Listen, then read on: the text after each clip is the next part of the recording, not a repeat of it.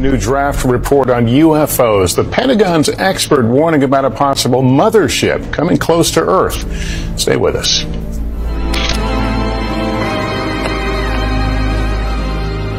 It's Friday. Let's talk about some aliens here for a moment. This is actually pretty interesting. Alarming increase in UFO sightings has the Pentagon's attention. The crafts demonstrate unusual flight characteristics, performance capabilities, technology that, to our knowledge, defies explanation from any country's top scientists and researchers. The Pentagon notes in their 2022 annual UFO report, in addition to the 144 reports covered during the 17 years of UFO reporting, there have been 247 new reports and another 119 either since discovered or reported, totaling 510 UFO reports as of August 30th, 2022. Congressman Tim Burchett of Tennessee says the U.S. government has recovered UFOs, which are currently being reverse engineered. He joins us now, along with UFO expert and filmmaker Jeremy Corbell. And gentlemen, thank you both so much for coming on. Congressman, that's a major allegation. What do we know at this point? Well, 1947, I think it's pretty clear there was a UFO crash or a mid-air collision, Roswell, New Mexico, military intelligence, which is a whole lot like congressional ethics. It really doesn't exist. But military intelligence comes out and says, we've in fact recovered a craft and a saucer. And then the next day they bring this poor lieutenant colonel out and say, oh no, it was a hot air balloon. You know, we've got our top pilots in the world are some of our Navy and Air Force pilots, and they are in fact spotting these things. I've talked to them. They're not allowed to testify in congressional hearings. Our military pilots are spotting these, and we've seen this reported a lot, but they're not allowed to testify, you're saying? That is correct. Wow. We had one there at the Intelligence Committee that was open to the public. It was Democrat controlled. I don't expect much better from the Republicans. I think it goes a lot deeper. And let me just got a lot of people compromised, brother. Yeah, it's interesting, Jeremy. I want to talk to you for a second. The Pentagon's UFO chief. This is a Pentagon guy, a UFO chief, the chairman of Harvard's astronomy department as well, both releasing a report on Tuesday where they wrote an artificial interstellar object could potentially be a parent craft that releases many small probes during its close passage to Earth. You've got the Pentagon talking about the idea of a mothership going above us and sending probes down. We were warned by the late Wernher von Braun in the years leading up to his death in 1977 that there were going to be a certain number of cards played on humanity, all leading to a culminating event. Now, everything Wernher von Braun warned us about has come true, except for what he called the final card that they were going to play on us. And it has everything to do with UFOs. The strategy that Wernher von Braun taught me was that first the Russians are going to be considered to be the enemy. In fact, when I met him in '74, they were the enemy. Then terrorists would be identified, and that was soon to follow. We heard a lot about terrorism. Then we were going to identify third world country crazies. We now call them nations of concern. But he said that would be the third enemy against whom we would be needing to build space-based weapons. And the next enemy was asteroids. A planet-killer asteroid has been spotted in Earth's vicinity, the biggest in years. I'm serious about this. Can't make it up. Categorized as planet killers. This new one you're tracking, how big? It's what we call a global killer. Nothing would survive, not even bacteria. An asteroid some scientists call a city killer came closer to Earth than the moon this week. The scary thing is that scientists had no idea it was coming. Now at this point, he kind of chuckled the first time he said it. Asteroids, against asteroids, we're going to build space-based weapons. So it was funny then. And the funniest one of all was against what he called aliens, extraterrestrials. That would be the final card. And over and over and over, during the 4 years that I knew him and was giving his speeches for him, he would bring up that last card. And remember, Carol, the last card is the alien card. We're going to have to build space-based weapons against aliens. And all of it, he said, is a lie. The way he said it to me, there was no doubt in my mind that he knew something that he was too afraid to talk about. Can you tell us Have unidentified flying objects been seen? Well, sure. We have lots of reports about what we call unidentified aerial phenomenon. Just a few days ago, the Pentagon confirmed that a 2019 video of a UFO sighting is actually real. It was a UFO. Very importantly, I'm hereby directing the Department of Defense and Pentagon to immediately begin the process necessary to establish a Space Force as the 6th branch of the armed forces. That's a big statement. Perhaps we need some outside universal threat to make us recognize this common bound. I occasionally think how quickly our differences worldwide would vanish if we were facing an alien threat from outside this world. They've done a great job systematically programming each one of us into believing that this alien threat is very real and very near. But what they don't want us to realize is what ancient accounts actually say about these beings. Now, the idea that ancient aliens encountered mankind is very popular today. We've all seen these accounts of aliens bringing us great technologies and sharing all these secrets with us. But what they want you to forget is the actual origin of these ancient alien stories. They were never considered to be from outer space. They were considered to be fallen angels. Could we reinterpret the story of fallen angels as beings not from heaven, but from Mars? Accounts dating back thousands of years depict an angelic race of people coming down and sharing their technologies and their ideas with mankind, even producing offspring. But they want us to forget that and replace it with this idea of ancient aliens from space. And they have to, because that's the only way this deception is going to work, is if we don't understand what's going on. Now, if we look back at the origin of the modern alien abduction era, we'll see that it has a very demonic undertone. And look at this character right here, Aleister Crowley.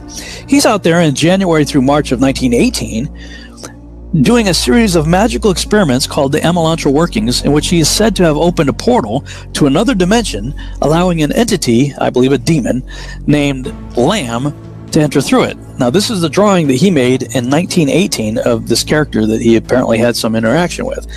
You know, if you look at this picture, it's curiously similar to something we might call an alien gray today in pop culture. So, you know, it doesn't take a whole lot of research on this character to realize he was into some really, really dark stuff. So why did I bring this up? This is, 1918 time frame. Well, you have this character who's very much a part of the early space program, Jack Parsons, who is basically a disciple, practically an heir apparent to Crowley and all of his activities. Well, supposedly, Crowley's portal was further enlarged by Jet Propulsion Laboratory founder and rocket fuel scientist Jack Parsons. Okay, this is the guy who's one of the founding members of JPL, who was a big part of NASA and the space program.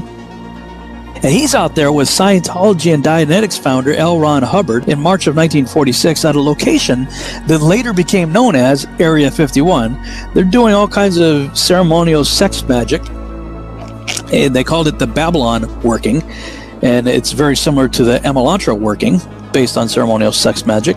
But unlike Crowley, however, they were not as adept at opening and closing portals, and theirs apparently stayed open, and the modern UFO era began 1 year later in 1947, the same year Crowley died. So, this is all going on about the same time you've got Admiral Byrd going down there for Operation High Jump. And a decade later, we got the founding of NASA, and these are the characters, okay? Freemasons, Nazis, and occultists creating the space program. I remember the conversation very well. This is a person I respected tremendously, very, very senior person. He told me, he said, "Lou, I want you to stop doing this." I said, "Okay, sir, I certainly can, but may I ask why?" And he says, "Well, we already know what it is." Now, at that moment, I honestly thought maybe it was our own technology. I was running up against some super uber secret sap, and they were telling me to stop. And I said, "Okay, sir, so it's ours?" And he said, "No, that's not what I'm saying." And he said, he asked me point blank, "Have you read your Bible lately?" And I wasn't quite sure where he was going with that. And I said, "Well, sir, I think I know what it says. Where are you going with this? And he said, well, then you would know that these things are demonic and we should not be pursuing them. Yeah. And he wasn't kidding. That's exactly how he felt. So this is a Pentagon. This is a Department of Defense official saying, stop looking at UFOs because they're demonic? Correct. Before we can actually fully appreciate just how big this deception is going to be, we have to uncover the underlying deception, the one that puts this whole thing to rest. We all grew up believing the story that we were told, that Earth is just a speck of dust in an infinite universe, that there are other Earth-like galaxies out there and planets far, far away, and aliens could come visit us one day. But think back to the origin of that reality. It was told to us by people that we know and trust. Our teachers, our parents, everything we saw on television supported this narrative. But what if we were actually at the center of the universe in a very unique place? And that brings us back to what every ancient cosmology understood about the skies that they were seeing above. They were not told what to believe. They were going out and they were mapping out the skies. And every one of them came to the conclusion that these stars that were rotating above our heads were making their own orbits in a fixed way. They believed that the heavens above were unchanging. Now they also believed the earth wasn't spinning or moving. They believed it to be perfectly still. And if we go back to the Genesis accounts, we start to see that they had this idea that there was a vast solid covering known as the firmament. It was the second day of creation. That's when it was made. The entire second day was spent making this solid covering, and that's where the stars were said to be placed. And other ancient cosmologies outside the Bible had the same understanding that the stars were fixed and they would all continue to make the same predictable paths for thousands and thousands of years. Many of their ancient structures were built specifically to line up with constellations. And thousands of years later, here we are seeing these same structures line up with the constellations they lined up with when they were built.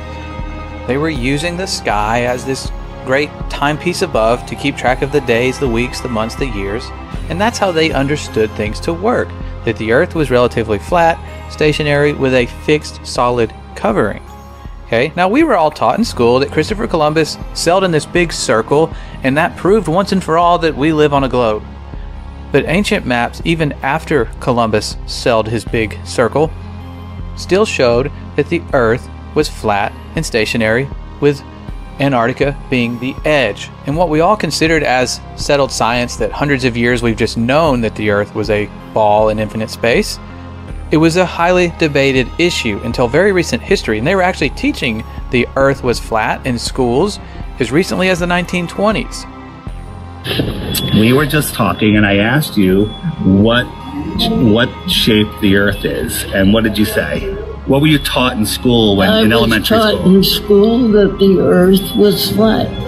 And the first person to ever venture far enough up to see what the earth looked like was a guy named Auguste Piccard.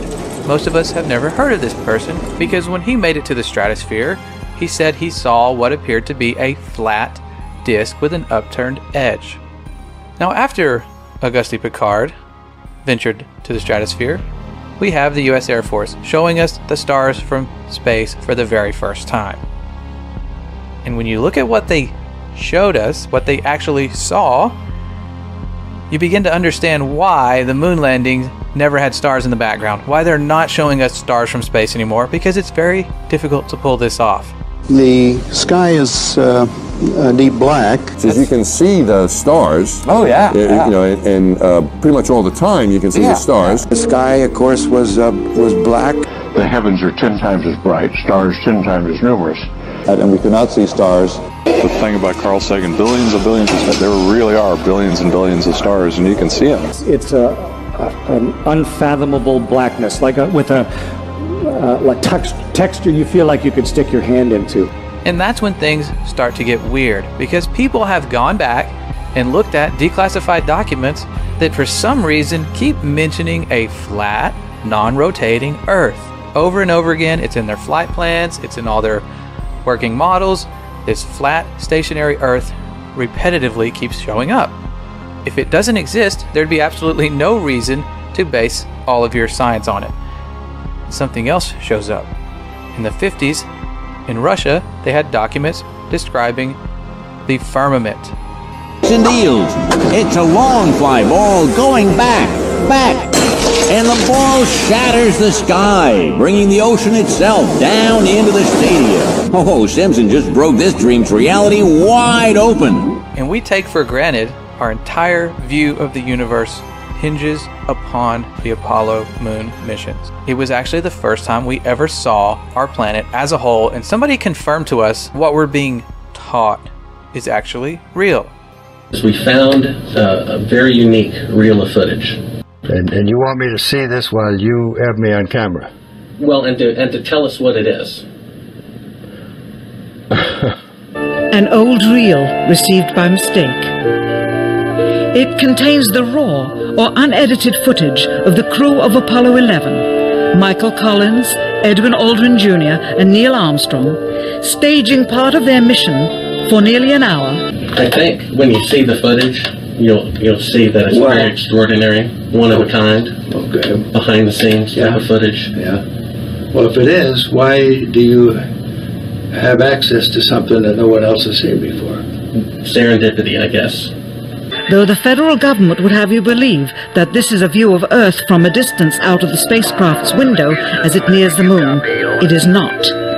What they have ingeniously done is placed the camera at the back of the spacecraft and centered the lens on a circular window in the foreground. Turn the camera on, please.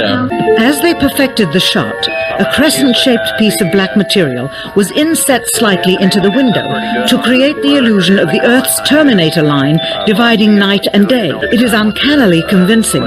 If you show this publicly, you're open for a lawsuit. Here is the diffused work light that they used to see camera controls, but not throw light onto the spacecraft's wall.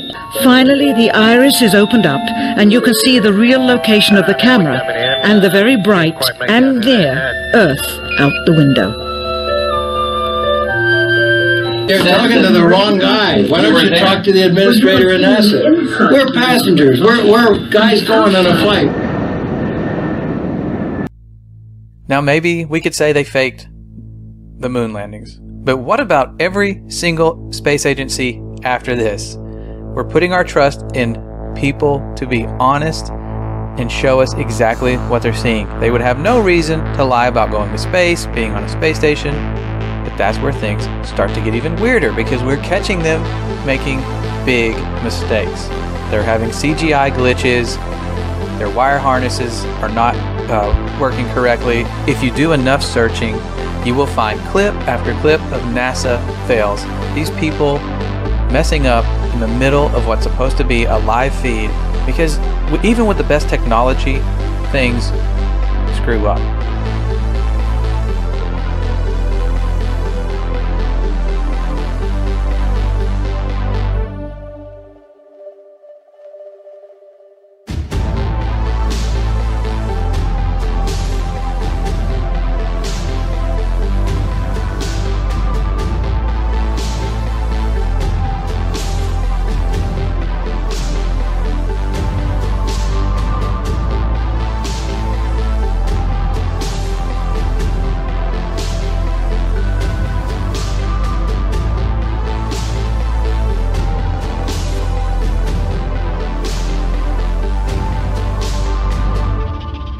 So many times during spacewalks outside the International Space Station, we can see air bubbles rising up. How there are air bubbles in space? Can you be more specific? Air bubbles? So yeah, like a lot of times during the footage, the NASA footage, you can see bubbles coming up out of the helmets or kind of from underneath you.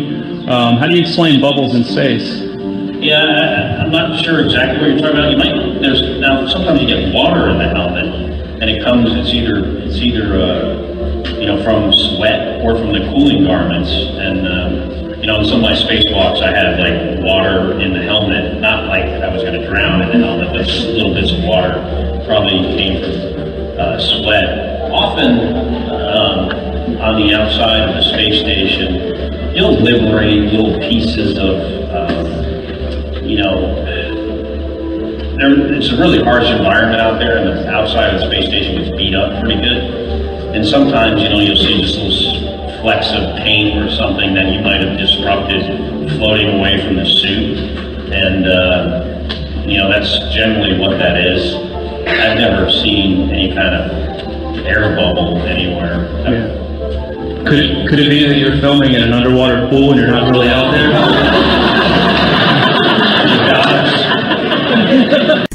Now, you and I could put this whole thing to rest ourselves by going to space. Civilians could go to space. They've been promising us this for years. We can just take a rocket and go to space, right? They are working on it as we speak. In a year's time, in the last few months. Early next year, very few months. Sometime next year. By the end of the year, we should be taking members of the public into space. By the mid-2030s. By 2020. Early in the next decade. Before 2023. And by 2025. Most certainly in our lifetime. That's 2024. We should have a permanently occupied human base on the moon and send people to Mars. Going to grow old if we don't start flying next year. We'll return Americans to the moon for the first time since 1972, if you can believe that. With our hopes of ever going to space continually burning to the ground, we're left with no other option but to take the pictures of Earth that NASA gives us. I don't want to fool you here. Last month, for the first time since 1972, NASA released the blue marble. A single snapshot of the Earth taken from outer space. NASA's Rob Simon made this, and it had wide appeal too. For example, it ended up as the default background on the iPhone. I didn't even know until I bought an iPhone and turned it on and kind of did a little happy dance. Simon's job is... It's primarily taking data and making pictures out of it. That's what this is, a composite of data sets from several different instruments translated into a picture. A single snapshot of the Earth taken from outer space. To us, the really cool thing was the data set. Up until that point, there was no realistic color map of the globe anywhere. There's artistry to creating the world. What I imagine it to be. Unfortunately, I'm not an astronaut. I've never been to space. But I've looked at these images over and over again, trying to sort of get the essence of it. It is photoshopped, but it has to be. The only time we ever see curvature from any high-altitude balloons or anything that was sent up, it's created using a fisheye wide-angle lens effect. We saw this during the Red Bull jump. Anytime they send up something on television, you're going to see this curved horizon, but it's the result of this wide-angle lens.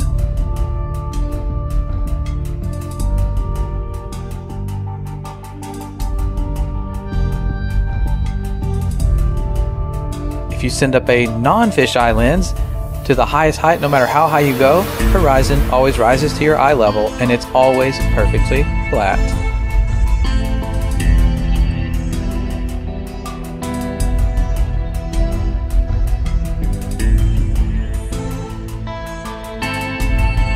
We could also go to satellite footage. After all, aren't there thousands of satellites orbiting the Earth right now? One would think.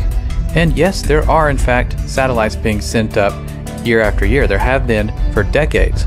The only problem is these satellites are launched on balloons, and they have been falling down all over the world. For a Michigan couple when a satellite crash landed in their backyard, and their reaction? Priceless. You never know what's going to happen. This baby fell out of the sky and landed in our yard. We've had a problem here. Forget it, Bart. It's so bright out you can't see anything in the sky except the Fox satellite. Now this brings us to our second method of proof. If we can't go to space, we could simply sail anywhere towards Antarctica, towards the southern hemisphere, and eventually we're going to hit the edge of the known universe, the firmament, or whatever's out there. Could there be more land? We don't know. But we could go prove for ourselves by circumnavigating north to south. The only problem is no one's allowed to do this. The Antarctic Treaty prevents it. You can take a guided tour. They'll take you to a fake South Pole and tell you, okay, this is where it is. But independent exploration is prohibited. It's guarded heavily by the military. You can't just go to Antarctica and check it out for yourself. Antarctica has effectively been off limits since December of 1959, and this was signed into law and agreed upon by over 50 countries. That should raise little bit of concern. Why would a icy continent be off limits? Well, that's something we may never find out. Admiral Richard Byrd, one of the first people to really explore Antarctica, came back making bizarre claims of resources and in a time when Antarctica would be highly sought after by other nations. He also talked about unexplored land beyond the South Pole. Admiral Byrd, you've been to both the North Pole and the South Pole. Is there any unexplored land left on this Earth that might appeal to adventurous young Americans? Yes, there is. And not up around the North Pole, because it's getting crowded up there now, because they find out it's really usable, not only to live in, but militarily. But strangely enough, there's left in the world today an area as big as the United States that's never been seen by a human being. And that's beyond the pole, on the other side of the South Pole, from Middle America. And I think it's quite astonishing that there should be an area as big as that unexplored. This is a tremendous challenge. There's a lot of adventure left down at the bottom of the world. Well, Admiral, do you hope to see that? I do. Okay, so we can't personally go high enough to see this planet or sail far enough away to see if there is an end to this Earth or some land beyond Antarctica, but we do have a chance to watch rockets launch. They go up all the time. You can watch these rocket launches that seem to be happening more and more, but you have to wonder why they're taking this curved path and they're not going straight up. Now the official answer is they're taking some curve with gravity, and there always will be some cover story for why they can't go straight up. But the big question is, why are we now stuck in low Earth orbit? We seem to get past it multiple times during the Apollo missions. The moon is well beyond low Earth orbit, but now we're stuck, and NASA will tell you for themselves. Right now, we only can fly in Earth orbit. That's the farthest that we can go. As we get further away from Earth, we'll pass through the Van Allen belts, an area of dangerous radiation. We must solve these challenges before we send people through this region of space. Any ill effects from the Van Allen radiation belts? No, now I'm not sure we went far enough out to encounter the Van Allen radiation belt. Maybe we did. The belts are 1,000 miles to 25,000 miles above the Earth. Then we went right out through them. No effects on your cells? Didn't even know it. I don't think anybody, well, maybe somebody said you went through the radiation belt, but we didn't feel it inside. I'd go to the moon in a nanosecond. The problem is we don't have the technology to do that anymore. We used to, but we destroyed that technology, and it's a painful process to build it back again. This next generation spacecraft will enable America to explore beyond low Earth orbit. One thing I really want your generation to embrace is that the Earth is a closed system. We cannot leave the Earth. So what about the proofs we were actually given for this Earth being a globe other than pictures and NASA? One of those, the first that I recall, is boats going over the curvature. As ships sail away, they don't disappear all at once. No, first, the bottom will disappear. See, the bottom of the ship is gone. Now we can see midway up, and then the whole thing disappears. Now, ships came back. They didn't fall off a table. It's realized that the world is curved. I mean, it's a big curve, but it's curved. So, the process of testing claims, the world is flat, the world is round, is what we call science. Now, if you have a claim that can't be tested, that's what we call pseudoscience. The difference between pseudoscience and regular science is whether or not you can test it. The flat Earth, well, that didn't stand up to tests. The round Earth did. Extraordinary claims require extraordinary proof. The world is round. Now this seems legit. Boats do appear to disappear bottom up and go over a curvature at a pretty relatively short distance, which would make sense if the Earth is indeed a ball. The only problem with this theory is when you take a high zoom camera, a telescope, or something with high zoom capabilities, you can bring back a boat that has appeared to vanish. Right? We have optical limits to how far we can see certain objects. Not to mention atmospheric lensing. Your atmosphere will act like a lens.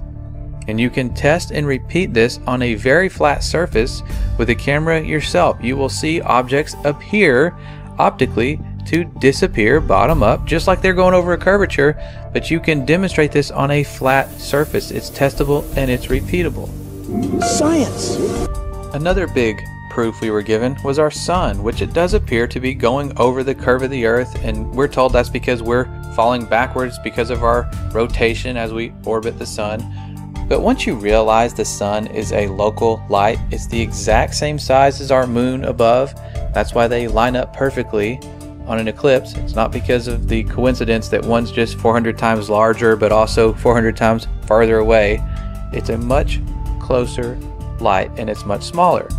Now you would think, because of all the false models we're given of this flat earth theory, that it would just always be daylight or you should always be able to see the sun. But it's much closer and much smaller, so when it moves away from your line of sight, it follows the known laws of perspective. And it has to follow these laws because as objects that are, even if they're high up, as they get further away, they appear lower and lower, and eventually you're going to see it vanish due to perspective and the fact that our atmosphere isn't transparent. It might be clear for certain distances, but eventually everything's going to fade out. You can find time-lapse footage of the sun doing just this. You can see it, and then all of a sudden it fades out and appears to vanish. That's because it is traveling through an atmosphere that is not transparent 100%, and it is taking its local light with it.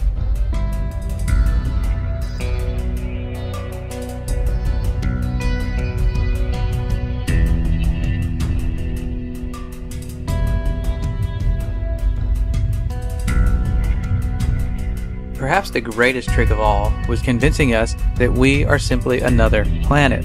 We all learned the planets in school, we had songs, we built solar system models, and when we looked up and saw these lights in the sky, we assumed that we were simply a light in someone else's sky. It was a really good trick because that is the one that most people go to. How are we not round if other planets are round and we are assuming these lights to be other planets?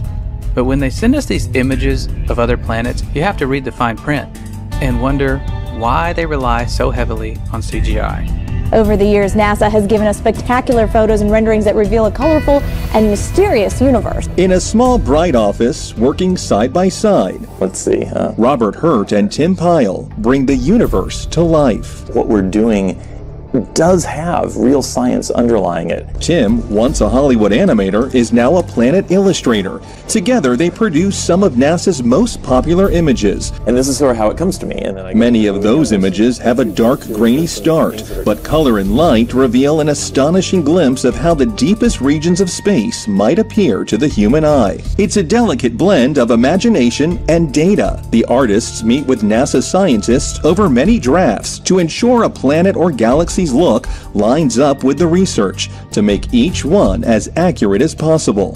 I love the challenge. It's kind of like a puzzle to me of trying to create something that looks really cool within the restrictions that were given by the scientists. It can take days, even weeks, to produce just a single image. The dazzling final results, enough to keep us all dreaming of the final frontier for years to come.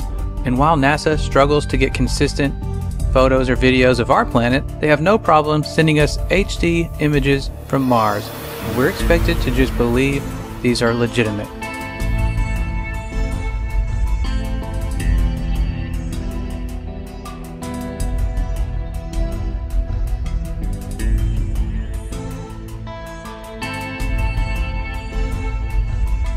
Now there is one final thing we can do.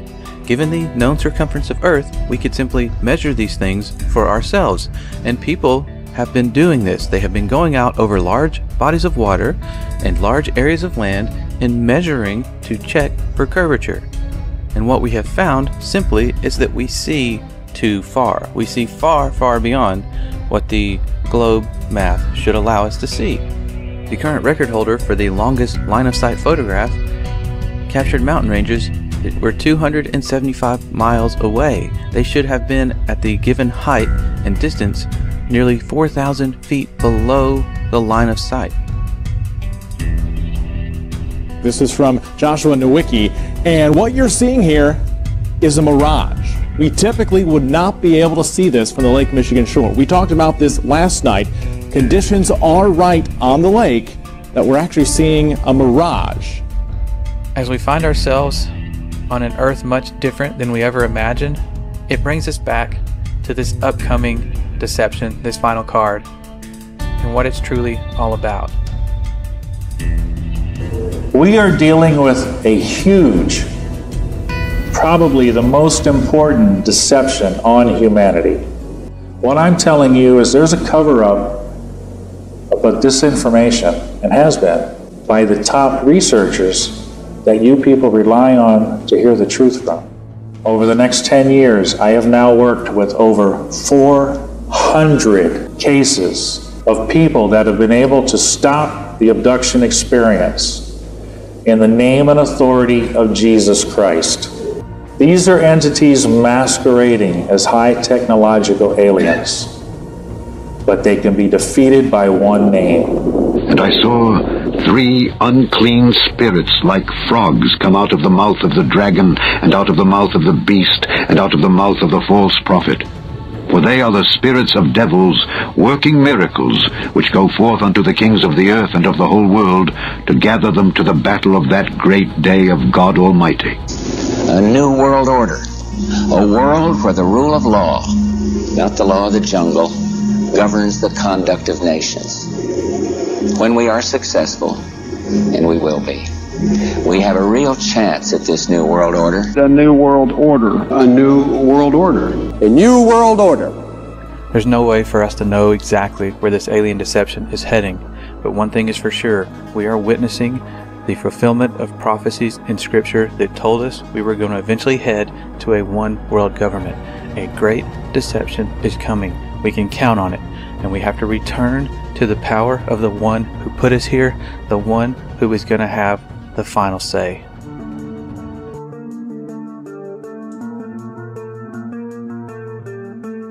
I'm amazed. I'm so happy to know it's true. It's true, and God created this world. Yes. And He's right here in the clouds above, close, not in an infinite universe.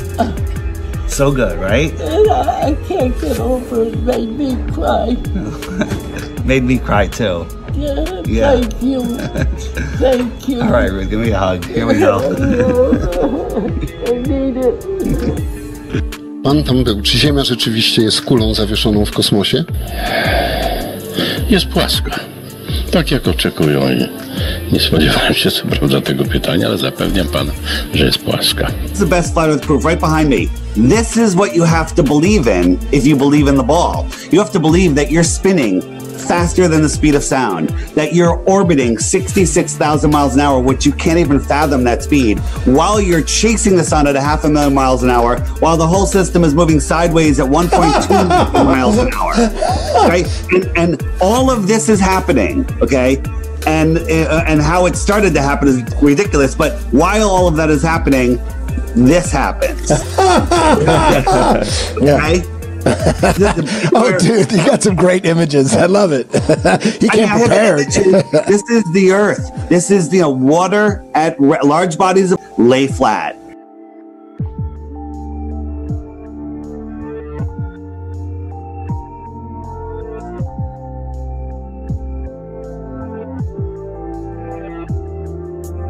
So then all of a sudden the United States and Russia engaged in these high altitude nuclear tests, and the United States calls theirs Operation Dominic, within which we have Operation Fishball.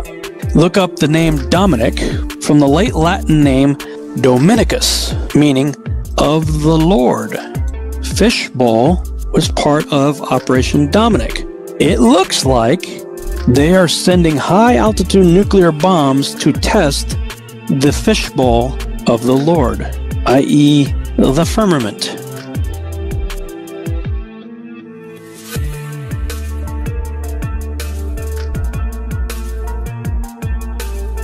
You can tell it's real because it looks so fake, honestly. I was talking with a gentleman from Belcom, and we were discussing the lie. Everything he was telling me was different from what we were being told was the truth. And at one point I asked him, I said, man, you guys you lied about a lot, didn't you? And instantly he said, no, we didn't lie about certain things. We lied about everything. None of it was true. And also, when we, against the orders of President Truman, when Allen Dulles brought in all the Nazi scientists and so forth, they went to two places. They went to CIA and they went to the National Aeronautics and Space Administration, which in our world we call it not a space agency.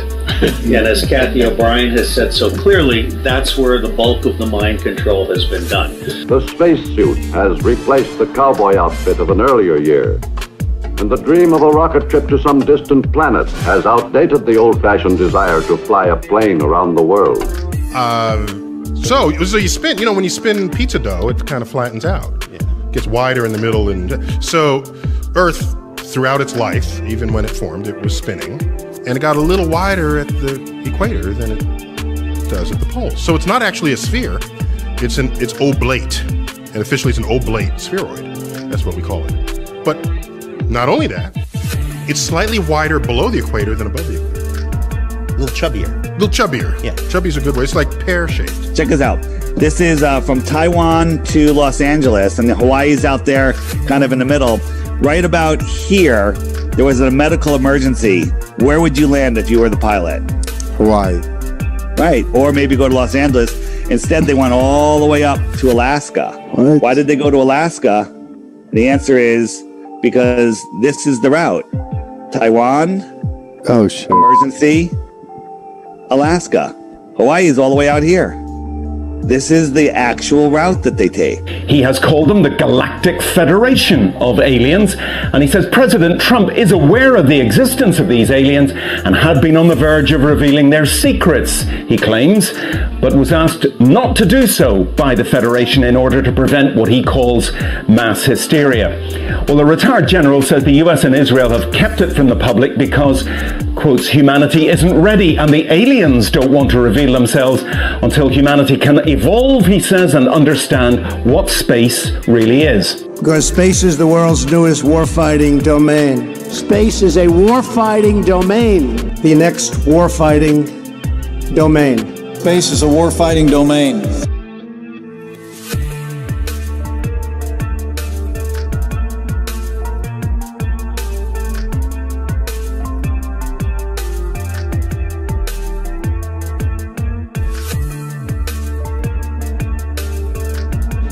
Finally, my brethren, be strong in the Lord and in the power of his might.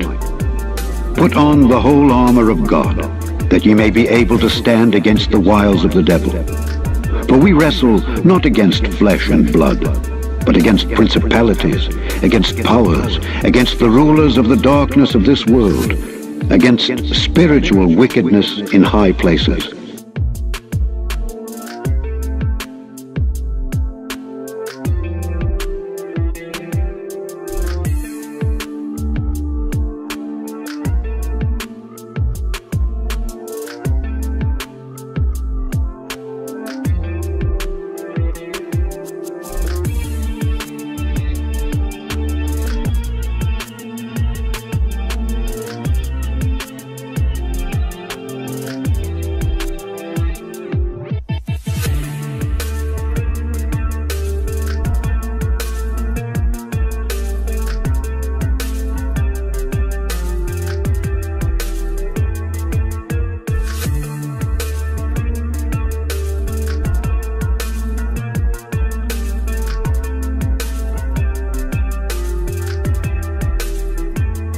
And the stars of heaven shall fall, and the powers that are in heaven shall be shaken.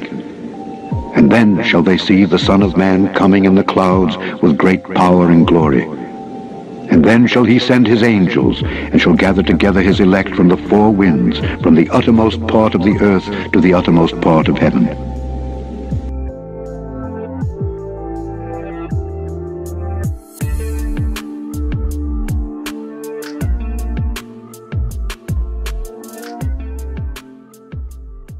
Are you sick of... I wanted to share a video with everyone that I found fascinating, that was made by one of my oldest Flat Earth friends, who was there with me when I started my Flat Earth investigation. Here is my friend's channel, who goes by the name better known as WrongThink. I'll have a link in the description, I definitely recommend you subscribe to his channel. Now, I have been a subscriber of another channel called Vibes of Cosmos for a couple of years now, I think, and I always found his primary premise worth considering, but I have not agreed with it. I have watched a lot of his videos, but I cannot say I've seen everything of his, but I think he was the first one who made this claim. You can correct me if I'm wrong about that. I'll have a link to the Vibes of Cosmos channel in the description as well. In short, the claim is that the moon's topography is somehow representative of the Earth's topography. In other words, the moon is somehow a real map of our world. Although I found the argument by Vibes of Cosmos thought-provoking, I have not agreed with it. But I always try to maintain an open but critical and objective mind. Flat Earth has certainly taught me to not judge ideas too quickly. Truth can come from anywhere, and the smallest channels. That said, my friend's video that you're about to watch makes the moon map claim a bit more plausible in my mind. I had never thought about the underwater topography aspect. I share it with my Flat Earth family, not because I want you to believe it, but so that you can likewise ponder it, reasonably debate it, and share your own thoughts and conclusions. My very intelligent friend has spent thousands of hours studying this topic and is 100% convinced that this is the smoking gun proof for the Flat Earth, and will be sharing more videos on the topic. Anyways, I hope you enjoy it as much as I did. Welcome to Cylindrical Physics Volume 1, an exercise in visual pattern recognition. Empiricism, a method of inquiry by which a postulation can be verified or disproved by direct evidence, measurement, or experiment. Core axioms. All maps are scale models of reality. Latitude and longitude are points on an Earth map projection that help you find a specific location. The scale of a map is the ratio used to correct the distance on the map projection to the corresponding distance on the ground. We now have empirical evidence of the true Earth map. The following is a series of Earth map projections.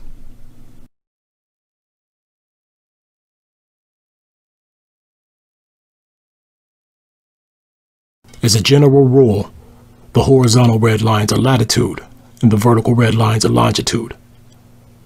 As these lines intersect, they create bounded areas.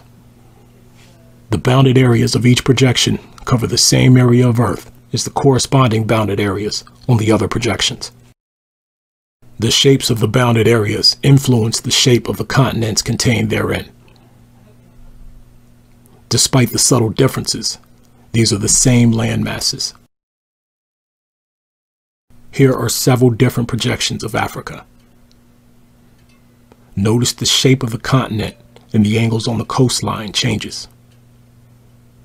This is because of the coordinate system. When the bounded area is largely composed of wide rectangles, Africa becomes squat and wide. When the bounded area is largely composed of tall, thin rectangles, Africa becomes tall and thin. When the bounded areas containing Western Africa are thinner than the ones containing Central and Eastern Africa, Western Africa becomes noticeably more stout. The same thing happens with the other continents. The eastern edge of South America can be either pointed or flat, depending on the coordinate system. On the left is a cylindrical coordinate system, where the top line is the North Pole and the bottom line is the South Pole. Cylindrical map projections are the ones most people are most familiar with. On the right is a polar coordinate system, where the center point is the North Pole and the outermost circle is the South Pole.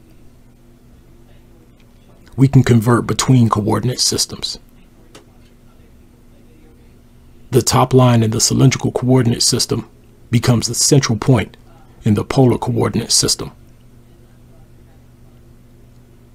The bottom line in the cylindrical coordinate system becomes the outermost circle in the polar coordinate system. The conversion also works in reverse. These conversions are easy to do in any image manipulation program, such as Photoshop or GIMP. If the geographic center, which is represented by the red dot, of the coordinate system is misaligned from the magnetic center, which is represented by the collapse point of the concentric latitudes, a waveform will be introduced in the conversion. This is analogous to the disparity between the magnetic and geographic north poles on Earth. In this coordinate system, the geographic center is different from the magnetic center of the coordinate system. Notice the waveform and the latitudes of the converted cylindrical projection. Even in the more exotic coordinate systems, the bounded areas cover the same areas of Earth. Equivalence between coordinate systems is verifiable by manipulating the bounded areas into the same shape. In order to convert A into B, we will first convert the polar coordinate system A into cylindrical coordinate system A prime, and we will convert polar coordinate system B into cylindrical coordinate system B prime. B prime has squares for every bounded area. Therefore, the bounded areas of A prime must all be converted into squares. Upon converting the irregular bounded areas of A prime into the regular squares of A double prime, equivalence between A double prime and B prime has been verified. Notably, the Americas have increased in size. Africa has shrunk slightly. South America and Australia have moved to the right, and Europe has moved to the left, all in accordance with straightening the zigzagging longitudes. Converting A double prime back to polar verifies equivalence between the original polar projection B as well. Even the largest ground-based objects, such as mountains and skyscrapers, shrink and fade to obscurity at distances of several dozen miles. In fact, only 2 objects are visible from every location on the surface of the Earth: the Sun and the Moon. The Sun is a source, a locus, if you will, of blinding light, more or less devoid of discernible features. The Moon, on the other hand, not only possesses discernible features, those features are its defining characteristic. The other defining characteristic of the Moon is its phases: new to waxing to full to waning and back to new. An eternal cycle. This introductory episode will focus exclusively on the first quarter moon phase, better known as the waxing half moon. I must stress, this is not an arbitrary half moon, but the half moon is defined in observable reality by the shadow terminator line. Take note of the discernible features of the waxing half moon. An interesting thing happens if you mirror the moon and focus on the waxing half. Let's apply an unsharp mask filter to make the darks slightly darker and the lights slightly lighter. Finally, we'll apply a coordinate system. Let's revisit the off-center polar to cylindrical conversion to convert our polar moon image into a cylindrical one. Apply continental boundaries. Apply coordinate system. Color the land green and the water blue. Let's deconstruct this and examine it in more detail. Let's begin with an unmanipulated moon image. Let's ensure the accuracy of the continental outlines. Let's address the anomalies which are present in the moon image, but left out of the outline. Every one of these anomalies are present in relief maps of the Earth, which show the elevated lands underwater. Let's look at East Asia. China, Korea, Japan, Yellow Sea area. Separating the light from the dark reveals the shape of the land underneath. In Japan and Korea become instantly recognizable and at the appropriate latitude and longitude. South of Japan are several long arms of land clearly visible on the moon and on relief maps.